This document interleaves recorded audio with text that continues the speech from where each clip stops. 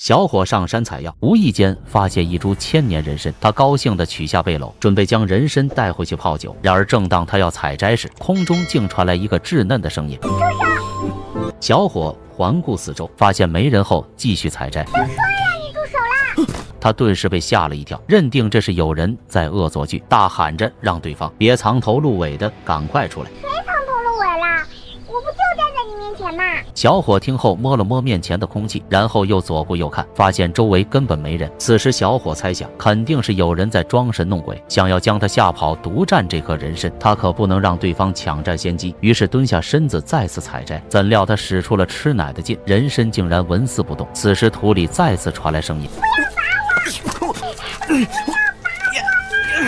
没想到最后，小伙竟然拔出一个人参娃娃。老话常说，人参象征着吉祥长寿。此时看完视频，点亮红心，并打出一句“平安健康，好运连连”，未来您和您的家人都能财源滚滚，一顺百顺。看着手里的小家伙，小伙被吓得赶忙将其扔到一边。怎料娃娃落地后，竟然幻化成一个漂亮的小姑娘。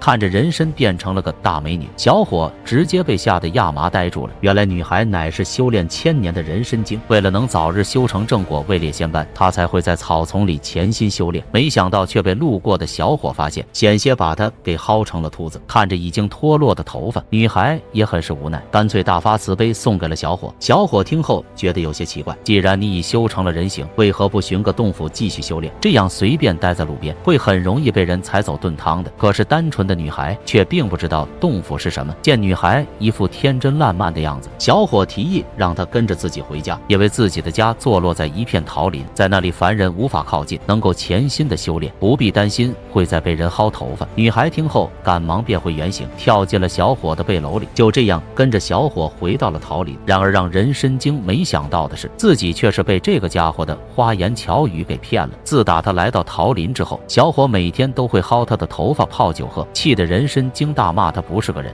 我是个狐狸，不算人吧？人参精听后顿时哑口无言，他怎么也没想到，这个长得人畜无害的小伙，竟是一只修炼了上万年的三尾红狐。然而两人在相处间，竟然慢慢对彼此产生了感情。那么你们说，狐狸和人参生出来的会是什么呢？